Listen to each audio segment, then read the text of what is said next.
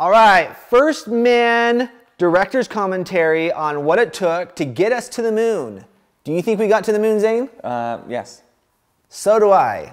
And I didn't realize how controversial of a thing it was. Oh yeah, it's very controversial. But like in the comments though, if you look at the comments on the main video, it was very controversial. And everyone's saying how the movie is a hoax and this or that. Yeah. But in my opinion, I'm going to share the process of working with Universal Pictures, which for me is like the dream company to work with, because we want to do bigger Hollywood-style movies. So for us, it was a big deal. We worked with them before on one other project for Jurassic Park.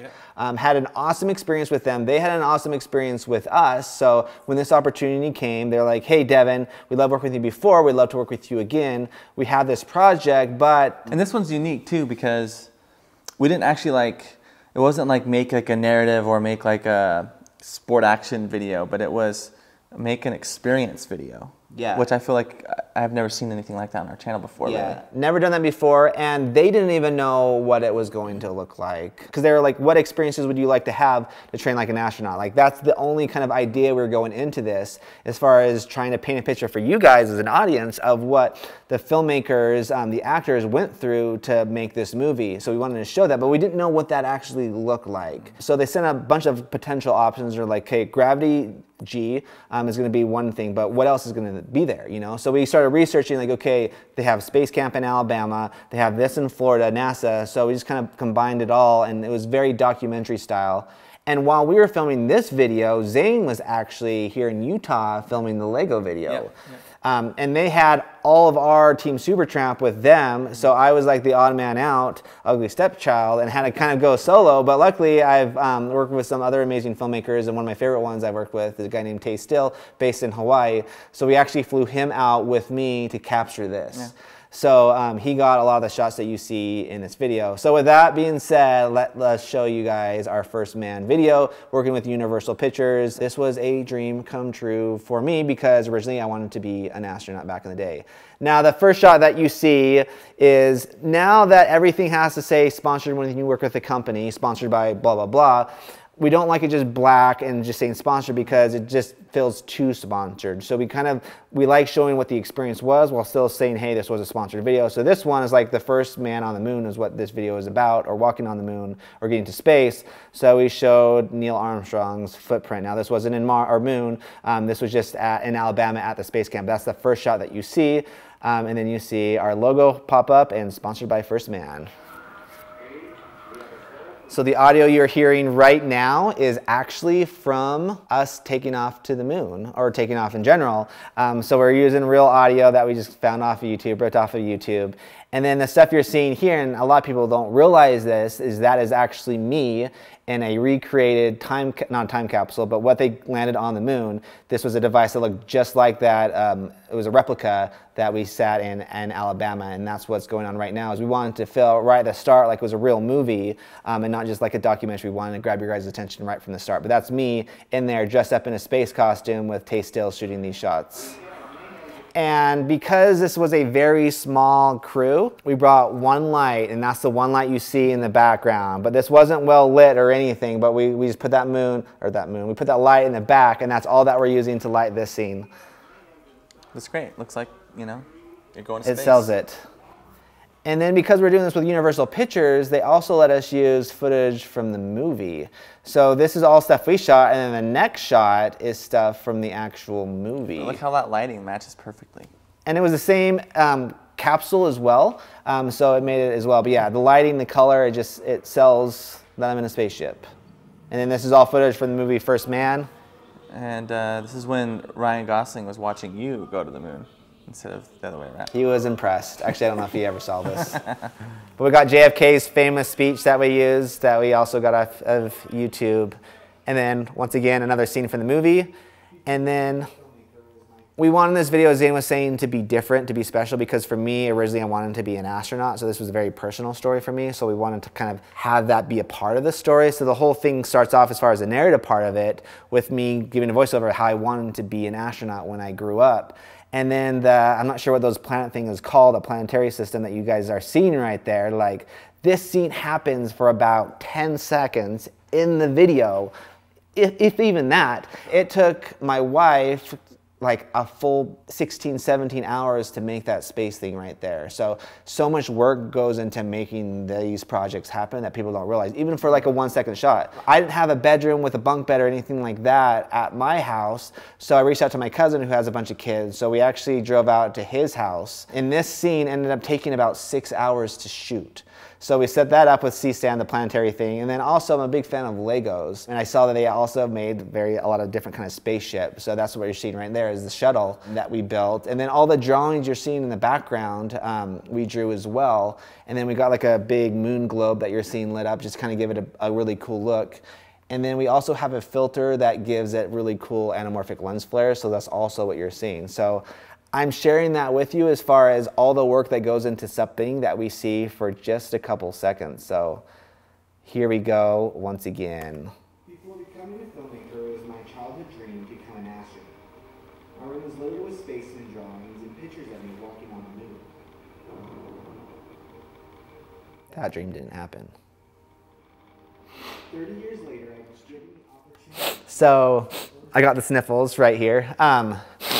Not emotional, but got the sniffles. So they trained me to be like an astronaut, so I'm going through the same experiences that they're going through. We want to show that off, and that's what you're seeing right here with all this stuff. But let's talk about this, Devin. This is what people don't know, is how exhausted were you? Like what was going, like what actually the true story of what you were experiencing? The true story was pure bliss, but also pure wanting to vomit bliss. In Alabama at Space Camp, an incredible place. This is something that you can pay and you can spend a week or however you work it out and get trained to be like an astronaut. I can't say nothing but good things about this place. Definitely check it out. But one of the experiences is this is set up and built to help train people that fly in airplanes or astronauts. If you lose control, you start spinning and it's hard to tell like where up and down is. So this is to help you so you can orientate.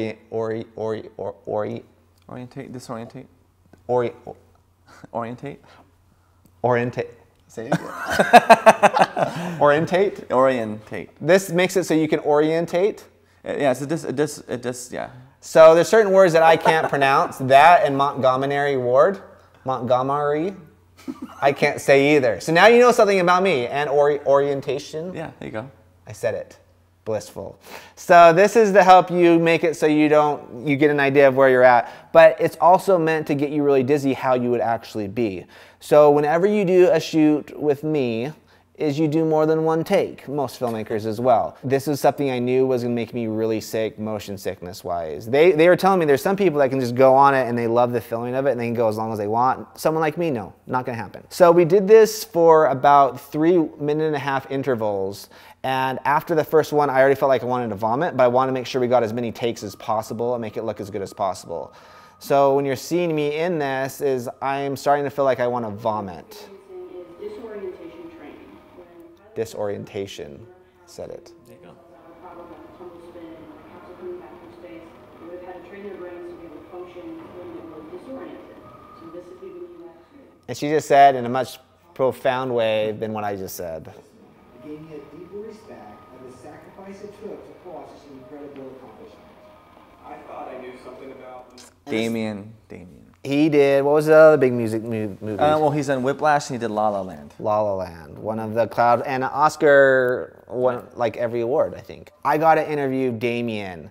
It was cool because originally he sent me, right before we went to this location, this is in Florida at NASA, like at their headquarters. They sent me a list of all the different actors and filmmakers I would get to interview. Because it was like a big press junkie is what they call it, where all the press from all around the world, they come, a bunch of different influencers come, and they basically have it organized, and all these people like Damon and Ryan Gosling, they all know they're coming to get interviewed because it's all promoting the movie, which benefits everybody. So they're all going to be there. They're all in one area, and what you see behind them is the Saturn V, which is a replica of what got us to the moon, an exact replica, one that if you put rocket fuel in it would actually get us to the moon with a couple of adjustments. But we got to interview Damon for about 10 minutes, and it was so cool because after I talked to him, I had a couple other questions just for my own like understanding about making movies and stuff like that I just went to him, and he was super approachable. Very chill guy. The first time I saw him, I walked into like this big press room, and he was just kind of sitting down, kind of like this, just relaxed, watching something on TV, and I was like, it was just you realize that everyone at the end of the day, whether they're Steven Spielberg or someone else, everyone puts on a dress or pants, depending on what you wear, the same way, that we're all people. So it was just cool how down to earth these people were, even though they're like the big shots winning all the Oscars and Academy Awards. So Damien, nothing but good things to say about him. I realized I do next to nothing about the reality, how hard it was, how costly, how dangerous. So this stuff is once again in Alabama at Space Camp. Alabama, a lot of people don't know this because when you think of NASA, you think of Florida. This isn't going to be like a science lesson. As far as like the jet fuel and the engines that got us to the moon, they were all made in Alabama. So that was a huge part of our history as far as space exploration. And that was all here in Alabama where I am right now. Send all the actors Huntsville, Alabama. to camps they could get. This location, even when they made the movie, as far as recording all the sound effects, they want the sound effects to sound just like the real life version of it, is this catwalk was a recreation of what the actual catwalk was when they walked to the Saturn V to fly off to the moon. So the people that did the sound design for the movie, they flew out to Huntsville, Alabama to this exact spot, and they filmed people in spacesuits walking across this catwalk right here, and that's what they used for the actual movie. So there's just so much research from a movie standpoint for the actual real movie that went into it. So I got to learn all that as I was out there filming and making this project. Zero G, strapping into these capsules, trying to pilot lessons, just trying to, I guess all of us, me, Ryan, the rest of the cast, trying to figure out physically, technically, what we needed to learn, what we needed to know to do this story justice. So I was freaking out in every good way possible. What it took to get us there is an important legacy, and So one of the main actors in the film, the astronauts cost their families. and also from the movie We Bought a Zoo, Matt Damon. I still feel the romantic, the romanticism, but I understand what it takes, what it means to us as humans to accomplish that. It's a pretty awesome accomplishment, and the idea that we can unify and focus in a way that gets us to another heavenly body is pretty. And even at Space Camp, this is what you're seeing right now, is they have a rough recreation of what the moon landing looked like when we landed on the moon with the rover. I'm not sure the technical term right there, but everything was just set up and gave me the full experience. And because we were there with Space Camp, they're able to get us in all these different spots and just to get the shots that we needed. But for us, because we're filming this documentary style, we're just trying to get as much content as possible and piecing it together in the editing room. Now the big piece for us was the zero G gravity was going to be like the highlight of the video. It was something I had never experienced.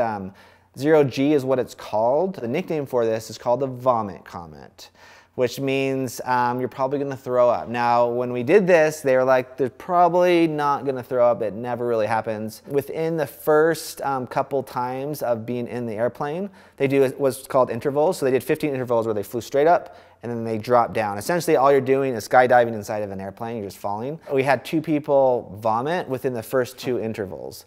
So that made me start feeling a little bit queasy. But you did not throw up, right? I did not throw up, but I got close. I looked like I was gonna throw up at the very end. The first couple times I did it without any objects. Once I started throwing objects in, that's what makes it look cool, but that's when you start feeling like weird and queasy because it messes with your brain. Would you do this again? Yes. You would? I would do it again. What would I do differently? My favorite part of the zero G gravity experience was filming with the water because the water was like little droplets. So if I were to go back and do it again, I would do the water sooner. But they say wait so everything doesn't get soaking wet. So I understand the reasoning for it. But I would do it again. Normally, if someone's gonna have this experience, you're spending around $5,000. I would never pay for this experience. But if someone else wanted to pay for it, I would do it again. So once again, I'm just falling in an airplane. And when you're falling, people don't realize this, but that lasts for about 30 to 45 seconds. And then they have you lay down and they shoot straight back up. And because you're going up so fast and such a high incline that you can't lift up your body because you're so plastered to the ground. But essentially all that is a commercial airline with the seats removed and there's no windows in it. But yeah, the water, just because it's all falling with you at the same time, there's no wind resistance. So that's why it looks like everything's floating. And then the pretty music.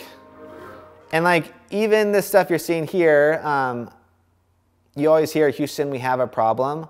I didn't know this until I shot this video, but NASA in Florida, they are what launched the spaceship up. The second the spaceship takes off and is up in the air at all, now it is Texas's problem, or they have to deal with everything from there. So mission control, all that happens in Texas. So it's essentially a handoff. There's not two companies, but two people involved, and they hand it over there. So what you're seeing right here is just a recreation of what Houston looked like when we landed on the moon. And they actually took what was in Houston, what got us to the moon, or for those that don't think we got to the moon, what they think got us to the moon, and they moved that to Florida and they recreated the exact same space, and that's what you're seeing right now. So there's a lot of like cool history moments for like the hardcore space people to kind of catch. That's cool. But once again, water for days. I think when you think that way, when you look up at something that seems so far away and realize that a human being has stepped on that and has explored that, it really opens up the possibility of what we can do as human beings. And we just want to have as much content as possible. What you're seeing right now wasn't actual training for the moon. This is more for the people that are up in the space station right now with working on the space station. So I still wanted, and I thought it looked really cool. So I still wanted to include space exploration, but not necessarily everything on the moon landing. The only reason it happened is because And I got to interview the Armstrong brothers. So that was super rad. And that's what you're seeing right now is they had two sons, Neil Armstrong, and that's who you see right now. 1,000 people work together. They had one shared vision.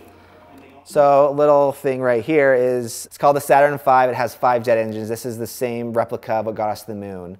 Zane, if you had to guess, how much does it cost to actually paint that? what Oh, you're seeing paint now? it? Oh man, I don't know, because that thing's huge. And I just think how much it costs to paint a room in my house. And Let's it's, take a guess. I don't know, like $500,000? $2 million. Wow. So there's actually, to paint it. So it's been about 20 years since they've had this up at the space, or at Space Camp. So and it's like a non-charity, it's a non-profitable organization. It's all about like educating people. So they've been trying to get fundraisers and stuff like that to actually fund $2 million to paint it, but that's what they're trying to get to paint that. So Wow. everything with space costs a lot of money. your part to make it happen. And there's 2 main space things we've used to get us to outer space. We have the Saturn V that you just saw, then you also have the shuttle that you're seeing right now. So those are like the 2 big spaceships that have gotten us to outer space. There's a couple other things now, but those were like the main ones as far as history goes. So I got to see both like exact replicas of what that looked like here. Yeah, you know, one thing that every astronaut has told me is that once they get up there and they look back at the Earth. So Lucas Haas, an incredible actor, super good friends, or at least was good friends with Leonardo DiCaprio. What you're seeing right now is we're on NASA headquarters, and it's super high security because essentially there's bombs there. It's just rocket fuel, but it's very dangerous, so they don't just let anyone on. So they had to do a whole background check on everyone there. And the thing you're seeing right now is, I can't remember the technical term for it, but it's what carries the spaceship to launch off to outer space, something crawler. But it's impossible to get close to this crawler, but because he's like a big actor, as we were talking with kind of like the publicist and stuff like that, he was like, I would love to do the interview by the crawler. So just by having that request, we were able to actually see that. And one thing I thought was really cool is all these actors, when they're at events like this, they always have like the chauffeur with them, getting them different places. And his chauffeur was like this old lady, and he was like, can she come with me? I'd love for her to see it as well. So it was just cool, like these actors, big name people, big Hollywood stars, like they cared about like these other people. They're just kind of moving them around. But I thought that was just really cool about Lucas Haas, is just how friendly and kind he was with everyone that we saw as far as the cast and crew. How fragile the Earth is, how alone we are in this map. So here is, after I did that thing that spun me around, I was going to vomit. So I was like, I need to go outside. And this shot was just an improv shot of me sitting down trying not to vomit. And Tay on the camera, he just captured as I was sitting there by myself. It ended up being like one of my favorite shots. Yeah. But yeah, once again, just you never know what you're going to get, so capture as many moments as you can. Universe, and what a beautiful little jewel that we live on. I don't really know if they realize about how brave these people were. I mean, these are true pioneers in every sense of the word. I find that inspiring. I find it eye-opening as well, today to kind of look back and look at what we were capable of over 50 years ago. Hopefully it gives us some ammunition to face today's challenges. This experience will probably be the closest I get to my childhood dream. I'll never look at space exploration the same. I'm forever grateful for the brave men and women who push the frontier and open our eyes to endless possibilities. Be brave, dream big, and take that one small step into the unknown. Poetry in motion. So incredible experience. Out of the last year, this was one of my all-time favorite experiences, just because I got to live my childhood dreams. So it was a very emotional experience. And then working with Universal Pictures, I was sad that I couldn't have Zane on the team with me, or Carter, or Brandon, but they were too busy doing their own thing with Lego. But yeah, just an incredible experience that changed the way that I looked at the world and the way I looked at space exploration. For me, this was like learning everything I'd ever wanted to learn about space times 100.